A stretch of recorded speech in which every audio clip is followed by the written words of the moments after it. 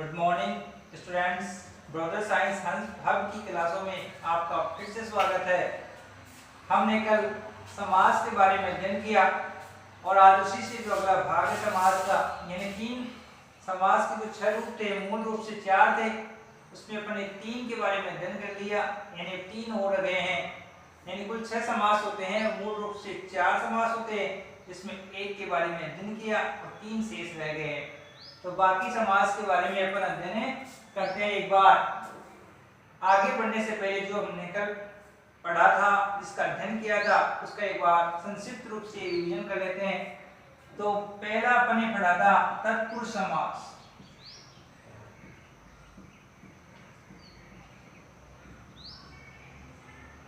इसी के 2 रूप थे, कर्मधारय और द्विगु।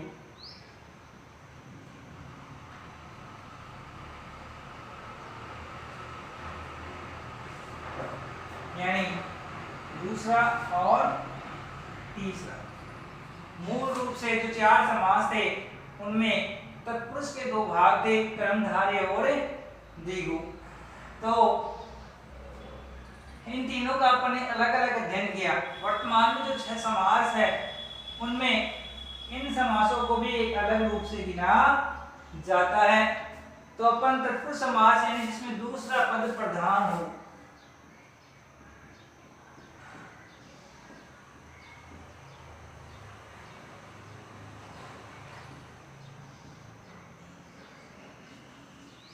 इन तीनों समासों के अंदर ही दूसरा पद प्रधान होता है। बस अंतर थोड़ा थोड़ा रहता है, क्योंकि ये इसी का भाग है, इसलिए दूसरा पद प्रधान होता है। कर्मधारय में किसी पद की विशेषताओं के बारे में बताया जाता है, यानी जो ये समास है, इसमें एक विशेषण होता है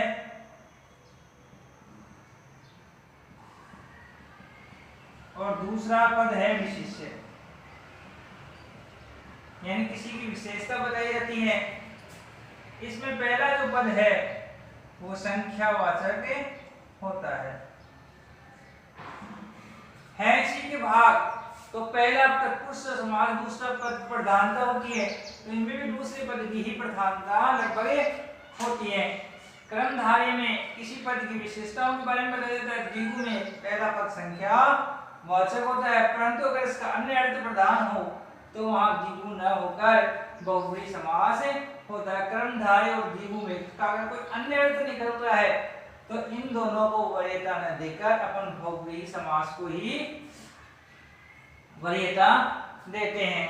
जैसे अपन द्विगु समास का एक उदाहरण देखते हैं और फिर अगले समास की ओर अपन आगे बढ़ेंगे। जैसे अपना समास था द्विगु, उसमें एक उदाहरण है पंचवटी। पंचवटी यानी 5 वटों का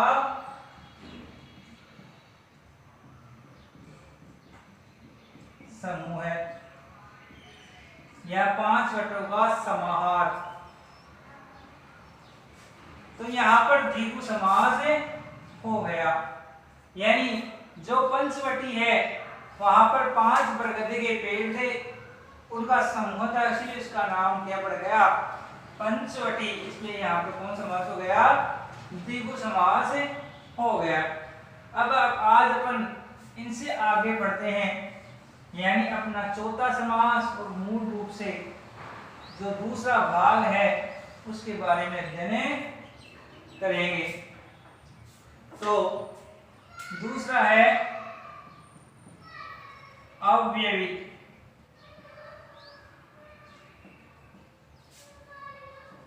अव्ययी समास। अव्ययी का अर्थ है जिसमें समस्त पद अव्यय हो जाए, यानी जिसका व्यय ना हो, यानी जिसमें कोई परिवर्तन ना हो, वहां अव्ययी समास होता है। परिभाषा होता है जिसका पहला पद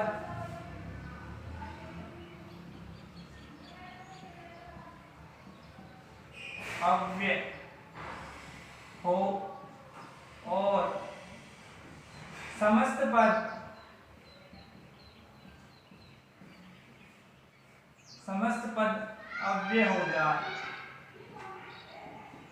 हो जाते हैं। वहां अवयवी समास होता है, यानी जो व्यय ना हो, जिसके रूप में कोई परिवर्तन ना हो, वहां पर अवयवी समास होता है। जैसे उदाहरण है आजीवन,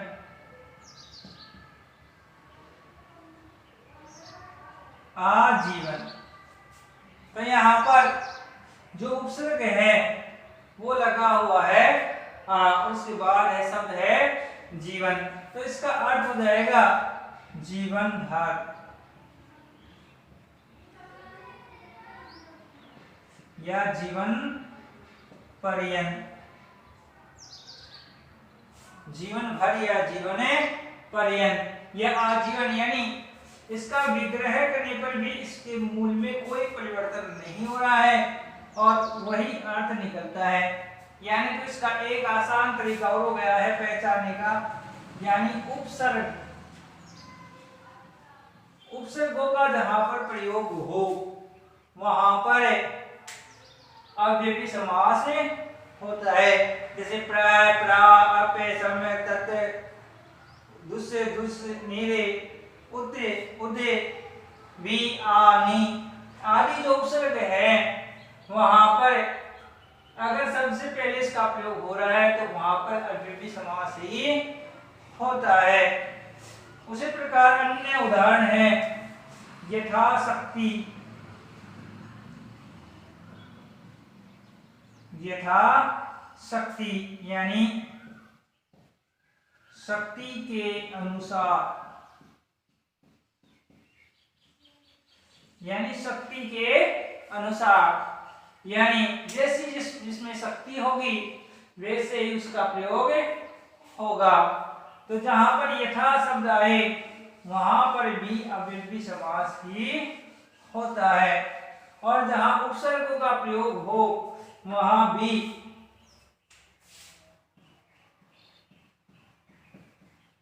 अव्ययी समास होता है। वहां पर भी अव्ययी समास होता है। जैसे प्रतिदिन यानी दिन, दिन, इसका समास विग्रह हो गया दिने, दिन या दिन के बाद दिन। उसी प्रकार अगर लगातार शब्द आए, लगातार अगर शब्द आते हैं तो वहां पर भी अव्ययी समास होता है। जैसे बीचों बीच, बीचों बीच,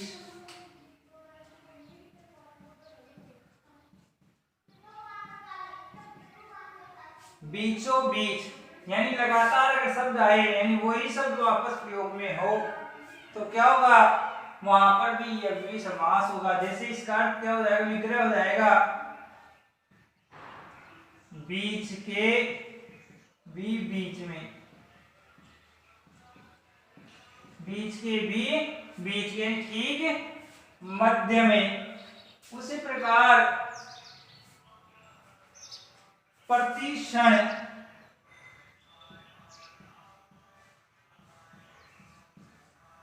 इसका अर्थ हो जाएगा हर क्षण।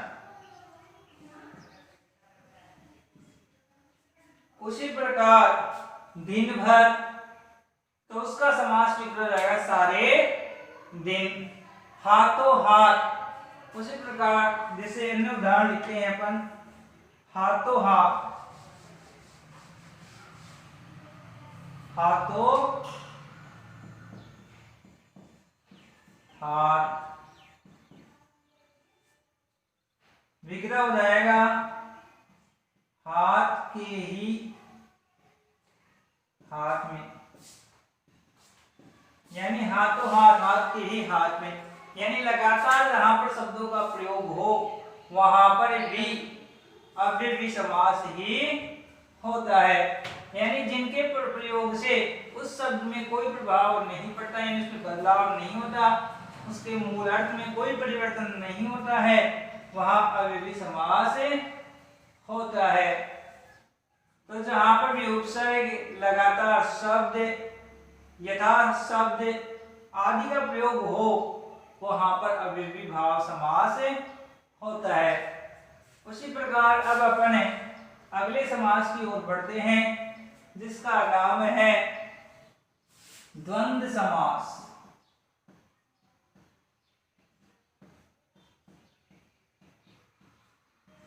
द्वंद्व समास यानी द्वंद्व का अर्थ क्या होता है? संघर्ष। यानी जहां पर दोनों पद प्रधान होंगे, न कोई किसी से छोटा होता है न कोई किसी से बड़ा, यानी दोनों का जो महत्व है वो बराबर हो, वहां पर द्वंद्व समास होता है। यानी प्रतिद्वंदी है, यानी दोनों का महत्व बराबर होगा तभी उनमें द्वंद्व होता है, संघर्ष होता है। तो अपनी परिभाषा हो जाएगी, जहां दोनों पद प्रधान हो, जहां दोनों पद प्रधान होते हैं, न कोई छोटा है न कोई में बड़ा, दोनों का जो महत्व है वो बराबर होता है, तो वहां पर द्वंद्व समास होता है। जैसे सत्य असत्य, पक्ष विपक्ष, यानी ये किसी के विपरीत भी हो सकते हैं और दोनों के जो भाव हैं वो अलग अलग भी हो सकते हैं, यानी एक भी हो सकता है और विपरीत, जैसे राम लक्ष्मण,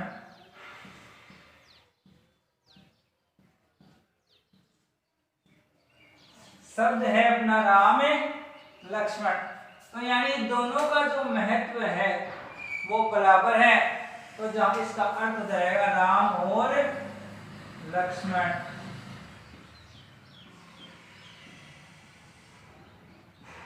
तो यानी जहां और या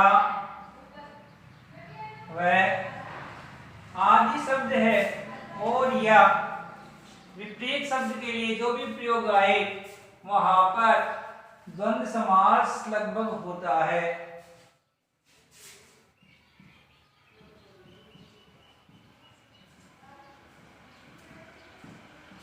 यानी योर और या विपरीत आदि जो शब्द हैं वो आते हैं, वहां पर द्वंद्व समास का उदाहरण है, जैसे सत्य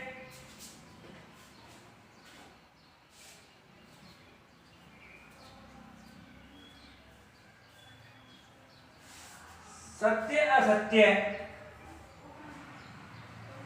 यानी सत्य और असत्य, जैसे माता पिता,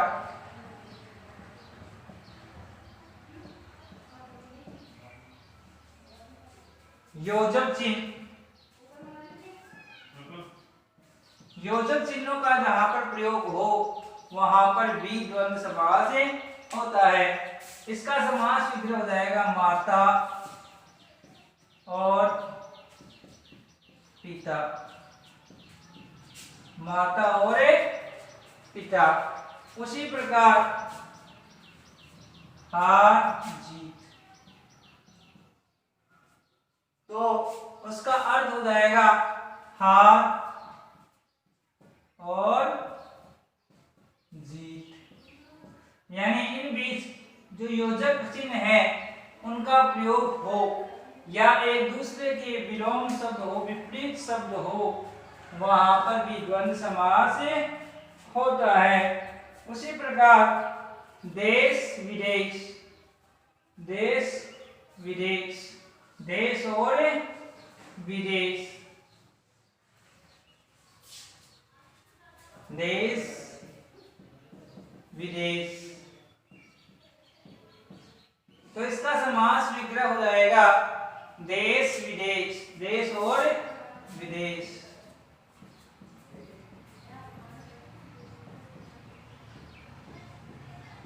देश और विदेश। इसी प्रकार पाप पुण्य,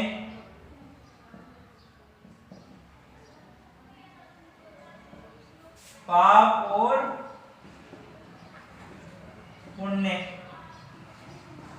पाप और पुण्य, ऊंच नीच, लाभ हानि, छोटा बड़ा, राम श्याम घनश्याम, राम श्याम घनश्याम, राम श्याम घनश्याम। तो इसका हो जाएगा राम श्याम और घनश्याम, राम श्याम और घनश्याम। तो यानी जहां पर दोनों पद प्रधान हो, एक दूसरे के विपरीत हो, या अथवा योजक शब्दों का जहां प्रयोग हो, चिन्हों का प्रयोग हो, वहां पर द्वंद्व समास होता है। तो अब तक अपन ने 5 जो रूप है उनके बारे में अध्ययन किया है। तत्पुरुष समास, कर्मधारय, द्विगु, द्वंद्व, और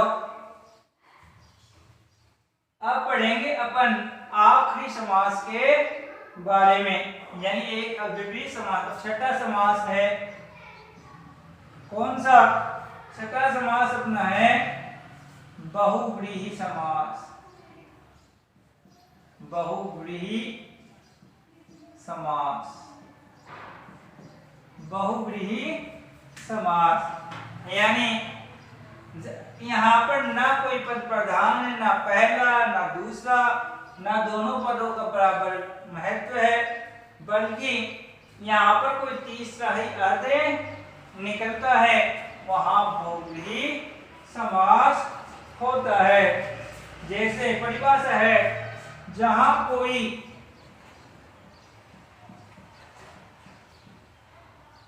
पद प्रधान न हो और अन्य अर्थ निकले, वहां बहुव्रीहि समास होता है। यानी शब्द के अनुसार उसका अर्थ निकलेगा, यानी जो शब्द आपको दिखाई दे रहा है वो वहां पर वो शब्द नहीं होगा, उसका कोई अन्य ही अर्थ निकलता है। जैसे अपन कोई उदाहरण देखते हैं,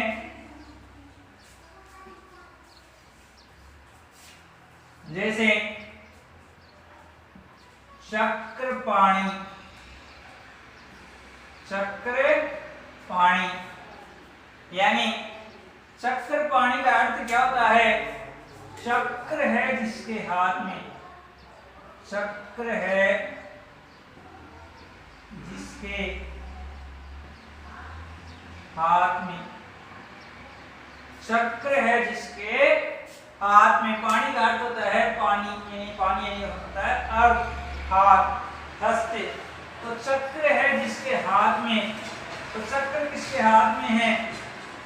कृष्ण या विष्णु, यानी भगवान जो नारायण है उनके हाथ में भी चक्र है, और भगवान कृष्ण के हाथ में भी चक्र है।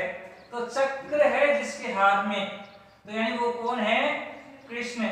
इसलिए यहाँ पर इसका अन्य अर्थ निकला है, इसलिए यहाँ पर कौन सा अर्थ हो गया? कौन समास हो गया? बहुव्रीहि समास हो गया।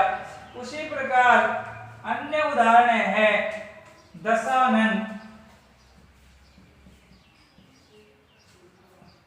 दशानन, 10 है आनंद जिसके, 10 है आनंद जिसके।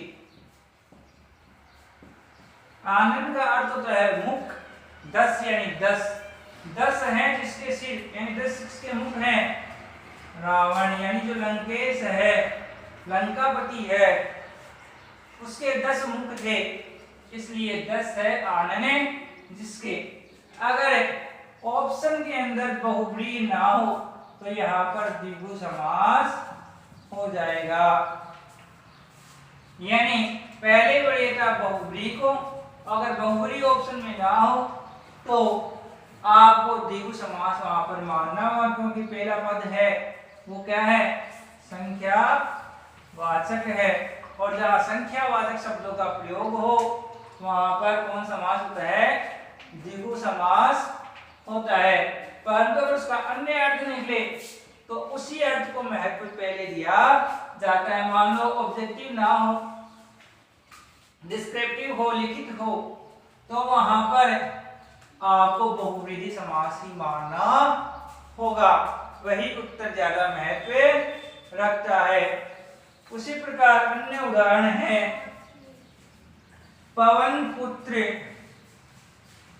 पवन पुत्र यानी पवन का जो पुत्र है, पवन पुत्र, पवन का जो पुत्र है। तो पवन का जो पुत्र है यानी पवन कौन है? तो पवन का जो पुत्र है वो कौन है भाई? हनुमान। यानी हनुमान यानी जो वीर बजरंगबली है वो पवन देव के औरस पुत्र माने जाते हैं। वैसे इनके पिता का नाम क्या था? केसरी। परंतु पवन देव की कृपा के कारण ही प्राप्त हुए थे, यानी उनके और संतान थी, इसीलिए ये पवन पुत्र हनुमान है। हनुमान पवन पुत्र के नाम से भी प्रसिद्ध है। इस प्रकार क्या हो गया? यानी जिस शब्द का कोई अन्य अर्थ निकले वहां बहुव्रीहि समास होता है। उसी प्रकार वज्र पाणी यानी वज्र है जिसके हाथ में, यानी वज्र किसके हाथों में? भगवान इंद्र के।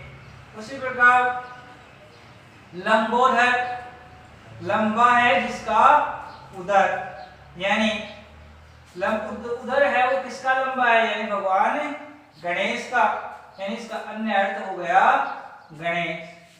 तो इस प्रकार हमारे जो समास हैं वो 6 प्रकार के हैं। वर्तमान समय में मूल रूप से समास 4 प्रकार के हैं। तत्पुरुष के 2 भाग थे, द्विगु और कर्मधारय, और 4 समास रह गए। कौन से? तत्पुरुष, बहुव्रीहि, द्वंद्व और अव्ययी समास। इस प्रकार हमारे समास का जो अध्याय है, चैप्टर है, वो पूरा हुआ। आप हमारे चैनल को ज्यादा से ज्यादा सब्सक्राइब कीजिए ताकि हम आपके लिए और अच्छा कार्य करने की कोशिश करें। धन्यवाद।